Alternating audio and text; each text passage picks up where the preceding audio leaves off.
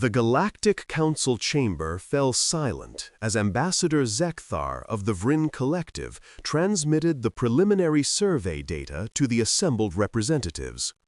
For 3,000 cycles, the Council had catalogued worlds, integrated species, and expanded the boundaries of known space.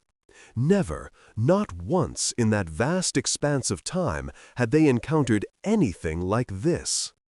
Honored members, Zekthar's translator device rendered his chittering speech into something comprehensible to the 73 distinct species present. I present to you Earth. The holographic display materialized at the chamber's center. A blue marble, swirling with white clouds, greens and browns visible beneath. Unremarkable at first glance. Several council members shifted in their varied seating apparatus, clearly unimpressed. "Another water world," droned Representative Kulth, their gelatinous form rippling with boredom. "We have 47 in the database already." "Look closer," Zekthar insisted. The image zoomed, revealing the night side of the planet. What appeared next caused the chamber to erupt in shocked exclamations, gasps, and one species equivalent of a startled ink spray that required immediate cleaning. The continents were ablaze with light. Not the soft bioluminescence of fungal forests like on Thren 4. Not the scattered pinpricks of volcanic activity or the diffuse glow of atmospheric phenomena. These were structured patterns, grids, networks, clusters of brilliant illumination that outlined coastlines and traced across landmasses like glowing veins. "Impossible," whispered High Scholar Merdine of the Korvathi Union. "That would require approximately 4.3 billion individual light sources," Zekthar confirmed. "And that's a conservative estimate based on our long-range scans." "There must be an error in the data," insisted Kove. "Perhaps a civilization that achieved basic electrification before destroying themselves? Automated systems still running?" Zekthar's eye stalks curved in what his species considered a smile. "The planet is inhabited by approximately 8 billion sentient beings." The chamber exploded into chaos. "Impossible!" roared Thexnor, the Drachnary representative, rising to his full 3-meter height. "No pre-contact world has ever sustained more than 2 billion. The resource strain alone would create technological pressure unlike anything we've observed," Zekthar interrupted. "Which brings me to the truly astonishing part." He paused, savoring the moment. "They achieved this population density without unified planetary governance." The silence that followed was absolute. Finally, Merdine spoke, her voice barely functioning. How many governing bodies?" 196 sovereign nations, thousands of sub-governmental divisions, millions of corporate entities operating across borders. No central authority, no hive mind, no distributed consciousness network. "They must be constantly at war," Kulth stated. "Total warfare. A death world in the throes of collapse." "There are ongoing conflicts," Zekthar admitted. "But you misunderstand. They're not destroying themselves. They're thriving. Their energy consumption is increasing exponentially. Their information networks span the entire planet. And their space-capable technology." He pulled up another display. A graveyard of metal objects circled the planet in various orbits, thousands upon thousands of artificial satellites. "They've launched over 10,000 objects into orbital space in the last 70 cycles alone. And get this, Zekthar's voice took on an almost manic quality. They've already sent devices beyond their own solar system. Beyond their system? Merdine's elegant features twisted in confusion. But they haven't even achieved fusion containment, according to these readings. How could they possibly? They strapped primitive fission-based power sources to a probe and just sent it out. 2 of them, actually. Decades ago, still transmitting. They basically threw their calling cards into the galaxy with a "Hello, we're here" message and crude diagrams of their biology. Representative Tamora of the Silicate congregation, whose species took centuries to make decisions, spoke rapidly for once. This is reckless, dangerous. They could have attracted hostile attention to themselves. Oh, it gets better, Zekthar said. Want to know what else they included on those probes? Music, art, greetings in 55 of their languages, and the location of their planet. The chamber erupted again, this time in a mixture of horror and disbelief. "We must quarantine this system immediately," demanded Thexnor, "before they do something even more catastrophically stupid." "I'm not finished," Zekthar said quietly. The tone made everyone fall silent. "There's something else, something that violates our understanding of pre-contact civilization development." He displayed a new image, a pale sphere, heavily cratered, airless and dead. "Their moon. They've been there." "Probe landings?" asked Kolth. "We've seen dozens of species achieve that before contact." "No." Zekthar enhanced the image, showing footprints in gray dust, a flag, discarded equipment. Physically, they sent living beings. 12 of them walked on its surface, and they did this with computational technology less advanced than a standard Council datapad. They calculated trajectories with computers that had less processing power than the device translating my words right now. Merdine stood slowly. "Show me the timeline. When did they achieve this?" 53 cycles ago." 53? Merdine's voice trailed off. "But that means they went from first powered flight to landing on another celestial body in less than—" 66 cycles, Zekthar confirmed. "First controlled atmospheric flight to boots on their moon. 66 cycles." "That's impossible," stated Kolth flatly. "The Korvathi took 400 cycles. The Vryn took 300. The fastest development on record is the Zin Collective at 220 cycles. These numbers are simply impossible." And yet, Zekthar gestured to the evidence. "There are the footprints." High Commander Vex of the Terran Defense, no relation to the planet in question, an unfortunate coincidence, leaned forward. "What is driving this insane rate of advancement? Are they experiencing an extinction-level threat?" "Competition," Zekthar said simply. They were divided into 2 major ideological power blocks at the time. The moon landing was essentially a very expensive way of saying, "We got here first." They achieved the greatest feat of their civilization's history? Out of spite? Tamora seemed genuinely baffled. Spite, national pride, fear, ambition. They don't seem to distinguish much between motivations, as long as the goal is achieved. Zekthar pulled up more data. And it's not just space travel. Look at their information technology advancement. The graph appeared, showing a curve that started nearly flat and suddenly exploded upward in the last 50 cycles. "This can't be right," Merdine muttered, checking the data herself. "This shows their computational capacity doubling every 2 cycles for the last several decades."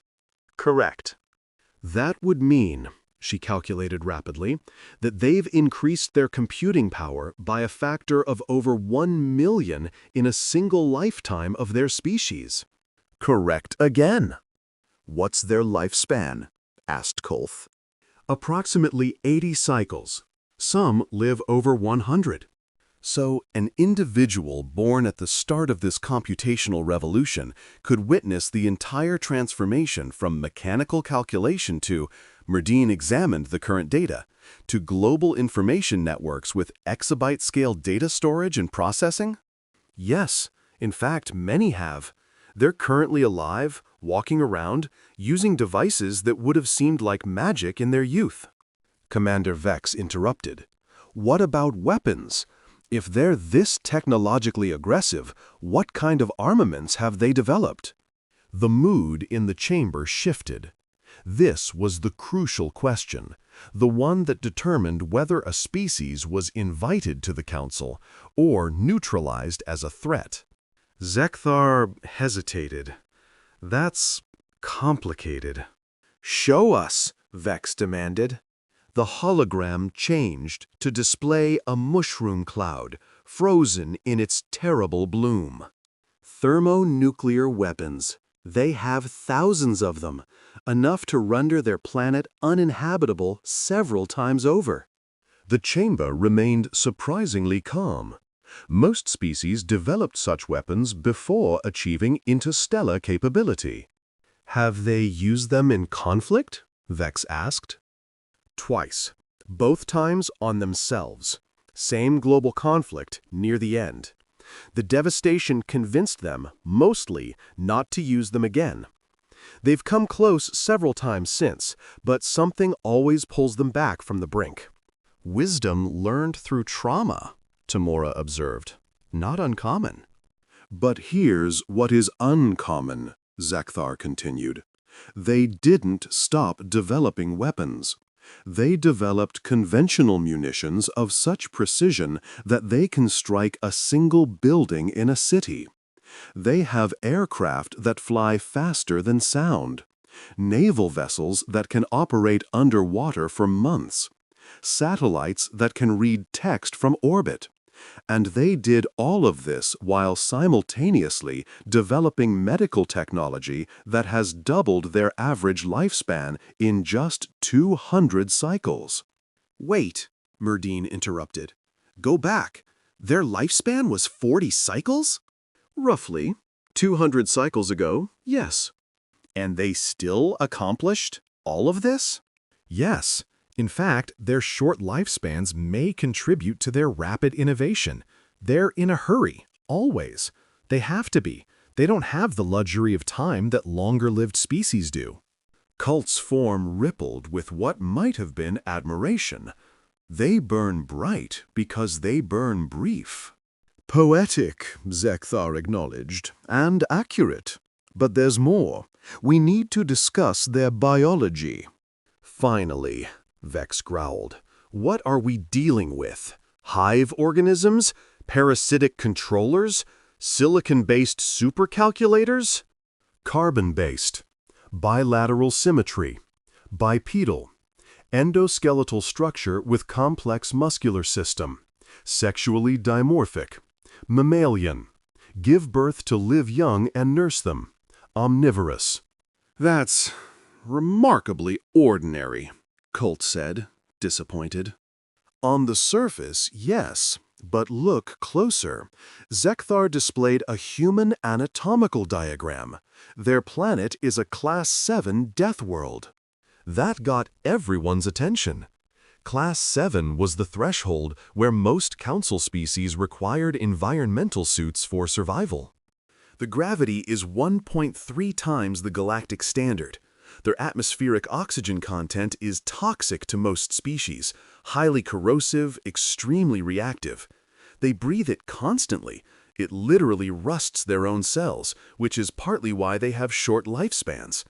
Their planet's surface is 71% covered in a substance that would dehydrate most of our species on contact, sodium-enriched water.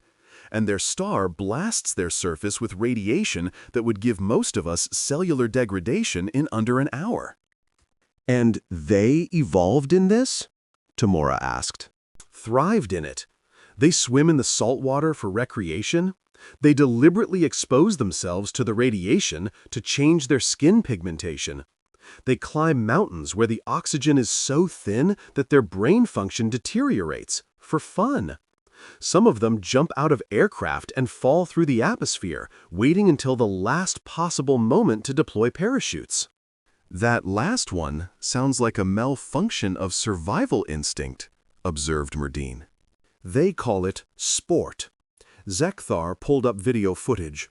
The chamber watched in horrified fascination as humans engaged in various extreme activities. This is what they do for entertainment? This one is called base jumping. This is free solo climbing, ascending sheer rock faces without safety equipment. This is bull running. This is cage diving with predators. This is motorcycle racing. Are these criminals? Exiled individuals with death wishes? Vex asked. No, ordinary citizens. They seek out adrenaline, a stress hormone, for pleasure. Their brains reward them for taking risks. Evolutionary madness, Kulf murmured. Evolutionary brilliance, countered Merdine. Don't you see? A species that's rewarded neurologically for taking risks, living on a death world that constantly challenges them, with short lifespans that create urgency? Of course they advance this quickly. They're biologically programmed for rapid innovation. There's more about their biology, Zekthar said. They have persistence hunting adaptations. They're not the fastest, strongest, or most lethal predators on their planet. Not even close. But they can outlast almost anything. They can run for hours, days even. Their prey literally collapses from exhaustion while humans just keep going. They have this ability to override their body's safety limits through sheer determination. Override safety limits? Tamora sounded skeptical. Their musculature is normally restricted by their nervous system to prevent self-injury. But in stress situations, they can, and do, push beyond these limits. There are documented cases of individuals lifting objects weighing several times their body mass to save offspring or pack members. They can literally damage their own bodies through sheer force of will in crisis situations. Pack bonding, Vex noted. What's their social structure? Complex. Hierarchical, but fluid. They form intensely loyal social bonds, not just with genetic relatives, but with chosen companions. And here's something truly bizarre. They pack bond with other species. Allied species? That's common enough in... No, I mean non-sapient species. They domesticated predators called canines thousands of cycles ago. These animals live in their homes, eat their food, and, in exchange, provide. Companionship, mostly. Protection, sometimes. But mainly, companionship. They form genuine emotional attachments to these creatures. That's actually rather endearing, Merdine said softly. They pack bond with everything, Zekthar continued. Felines that are semi-domestic at best. Birds, reptiles, fish. There are documented cases of humans forming attachments to robots, plants, inanimate objects. If it exists in their vicinity for long enough, some human will bond with it and give it a name. Despite the tension, several council members made sounds approximating laughter. They also, Zekthar added, have this unusual trait of asking questions constantly. Why is perhaps their most common word. They question everything: authority, nature, physics, their own assumptions. Where most species develop a comfortable understanding of their world and maintain it, humans keep poking at reality, demanding it explain itself. Dangerous mindset, Vex observed, but effective for advancement. Now, Zekthar's tone became serious. We need to discuss what happens next. They don't know we're here. Our survey ships have remained undetected. But they're advancing so rapidly that we estimate they'll achieve viable interstellar travel within 50 to 100 cycles, possibly faster if they maintain current acceleration. We need to decide, do we initiate first contact, quarantine them, or continue observation? The chamber fell into contemplative silence. Finally, Merdine spoke. I've been reviewing their cultural output, their art, literature, music. Do you know what I found most common? War? Guessed Vex. Hope, Merdine corrected. Despite everything, the wars, the disasters, the suffering, they create art about hope, about perseverance, about rising after falling. They have this concept called indomitable spirit. They tell stories about individuals overcoming impossible odds. They celebrate the underdog, the rebel, the person who stands up when everyone else kneels. Dangerous philosophy, Vex muttered. Inspiring philosophy, Merdine countered. I vote for contact. We have much to learn from them. They're reckless, short-lived, risk-addicted, dangerously curious mammals on a death world who've somehow convinced themselves they can do anything, Kulth said. They'll be a massive disruption to galactic civilization. Is that a vote for or against? Zekthar asked. Kulth's form rippled in a way that suggested deep thought. 4. We've been stagnant for too long. Maybe we need disruption. One by one, the council members voted. When the tally concluded, the result was 71 for contact, 2 against. Then it's decided, Zekthar announced. I'll prepare the first contact team. But I recommend we do this carefully. By all our models, humans are either going to be our greatest allies or our biggest headache. Why not both? Suggested Tamora, with what might have been humor. 3 cycles later, the contact ship entered Earth's orbit, broadcasting greetings in mathematical sequences and basic physics principles. The response came within hours, not from a unified world government, but from dozens of different sources, all eager, all curious, all asking that fundamental human question, why? The delegation that met the council representatives was cobbled together from multiple nations, speaking different languages, representing different ideologies, yet somehow functioning as a unit. The lead diplomat, a woman named Dr. Sarah Chen, stood before beings from across the galaxy with a mixture of terror and wonder in her eyes. "On behalf of humanity," she said, voice shaking slightly, "we have so many questions." Zekthar made the gesture his species used for friendly greeting. "We suspected you might.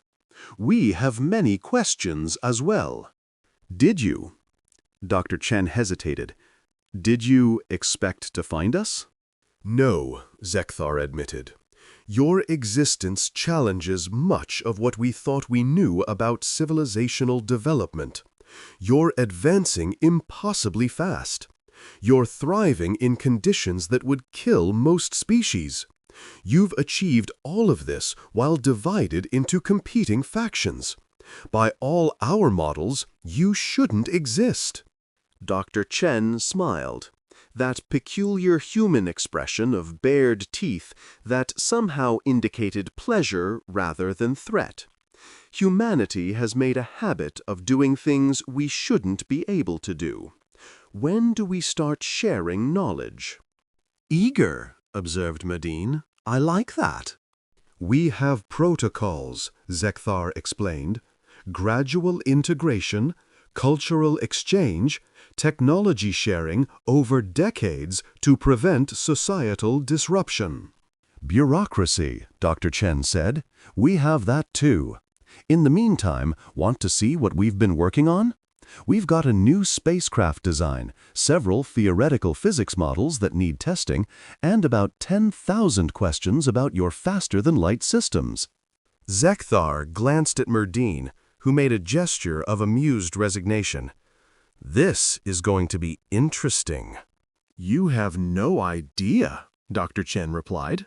She was right. Within 10 cycles, human scientists had integrated Council physics with their own theories, producing hybrid models that made several long-standing assumptions obsolete. Within 20 cycles, human engineers had improved Council ship designs by approaching problems from angles that simply hadn't occurred to species with different evolutionary pressures. Within 30 cycles, the first human-built interstellar ship launched, using a drive system that combined Council gravity manipulation with human propulsion innovations. They called it determination. Zekthar found the name painfully appropriate. But the real changes were cultural.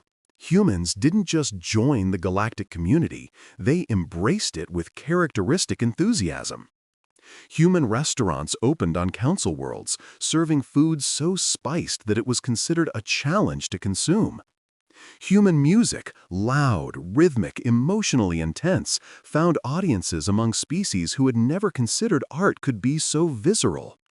Human literature, full of struggle and triumph, began circulating in translation. And humans themselves, scattered across known space, with the same wanderlust that had pushed them across their own planet. They asked questions, made friends, started businesses, fell in love with aliens, and generally refused to accept that anything was impossible. The Council chamber, 5 cycles after first contact, was a very different place. Dr. Chen was now Earth's official representative, and she had just finished presenting a proposal. "Let me get this straight," Vex said. "You want to mount a joint expedition to the galactic core, which we've never successfully explored because of the radiation density and gravitational instabilities?" "Correct," Dr. Chen confirmed. "Using experimental shielding technology that exists only in theory." "Also correct. And you're volunteering to captain this mission personally." "Someone has to." Vex's expression was unreadable. "This is insane." "Probably," Dr. Chen agreed cheerfully. "Who's in?" Merdine raised an appendage. "I am. This is the most exciting thing to happen in my 3 centuries of life." Cult rippled affirmatively. "If humans are involved, it'll either be a historic success or an educational failure. Either way, worth documenting." Zekthar sighed, a sound his translator rendered as resigned acceptance. "I helped find your planet. I suppose I should see this through. Count me in." One by one, volunteers signed on. Not all of them. Some Council members still found humanity's approach reckless and uncomfortable. But enough. More than enough. The expedition launched 8 cycles later. The ship was called Persistence, another painfully appropriate human name. The crew was mixed: humans, Korvathi, Vryn, silicates, Draknari, and a dozen other species, all working together toward a goal that had seemed impossible before humanity showed up and asked, why not?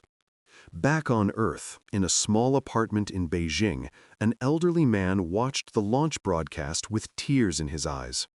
He had been born in a world with primitive computers and no space stations. He'd watched humans walk on the moon as a child. He'd seen the internet rise, seen the first images of distant planets, and now he was watching a joint human-alien crew venture into the unknown heart of the galaxy. "We made it," he whispered to no one in particular. "We actually made it." Across the galaxy, similar scenes played out. Species that had been starfaring for millennia found themselves inspired by these newcomers, who acted like the universe was full of possibilities rather than limitations. Research projects long abandoned were revived. Expeditions deemed too risky were reconsidered. The galactic community, comfortable in its long plateau of stability, felt something it hadn't experienced in centuries: excitement for the future. In the council chamber, now empty except for a few late-working administrators, a maintenance worker paused to look at the permanent display that had been installed near the entrance. It showed that first image of Earth at night, blazing with billions of lights, a monument to the impossible made real. "Crazy species," the worker muttered affectionately. Indeed they were. Crazy enough to look at a universe full of impossibilities and see only challenges. Crazy enough to burn through short lives at maximum intensity, pushing boundaries simply because they were there.